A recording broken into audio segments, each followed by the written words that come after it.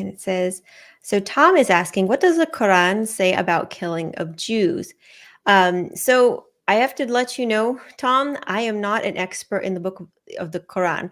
The Quran is the religious book of the Islamic faith, and this is Bible asked. So we, I'm more familiar with the Bible.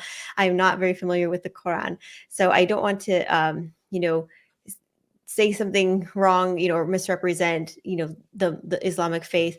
But I will say there are, things that are written in the Quran. I don't know that it's specific to Jews. I don't, as far as I understand, there's not a verse in the Quran or a passage in the Quran that specifically talks about killing of Jews specifically.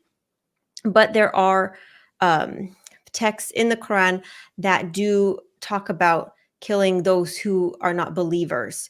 And that's, you can see that in the Quran in 2:191 to 193. It says, and kill them wherever you find them. And, as far as,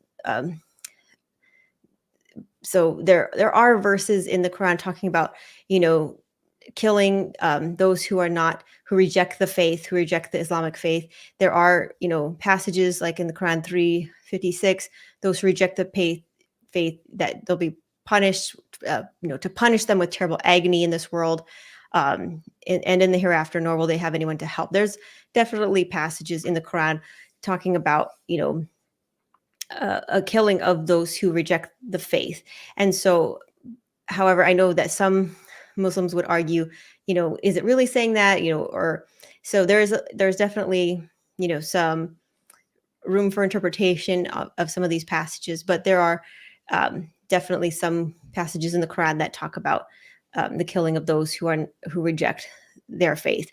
But most, at least I have a lot of friends who are Muslim, and I know that they would never, promote killing people who are not of their faith either. So you have to kind of, understand that, one, there's not anything specific to the killing of Jews as far as I know of, but also that, there are passages about killing those who are what some people call infidels, or, those who reject their faith. But not everybody interprets those as, literal, or that's what you must do, or that sort of a thing. And not all Muslims practice, most Muslims at least the ones I know, don't practice, the killing of other people who are not of their faith. Most people that I know who are Muslim are very peaceful, kind people. So there are passages that could be interpreted, for killing, but those are they're up for interpretation, I guess, if that makes sense. I don't know. Jay, do you have any other thoughts on that one? And actually, I think that last point you made there is an important one, because very similar to the Bible, the Quran, when originally written, did not have like vowels and punctuation.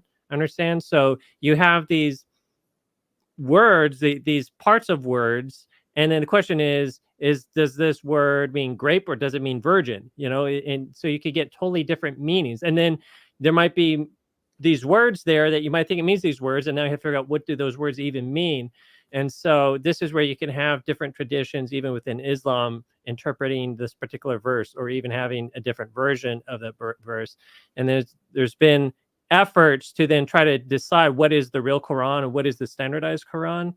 And so like big efforts were made, for example, in Egypt in the early 1900s, where they burned a lot of different Qurans, and they said, okay, let's go with this version here.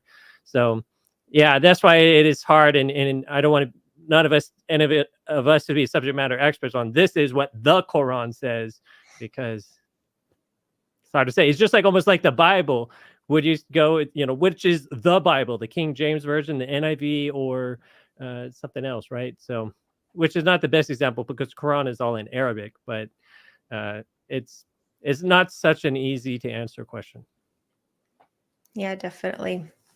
And again, we're not experts in the Quran, so we can't fully endorse any set doctrine that they might believe. So yeah.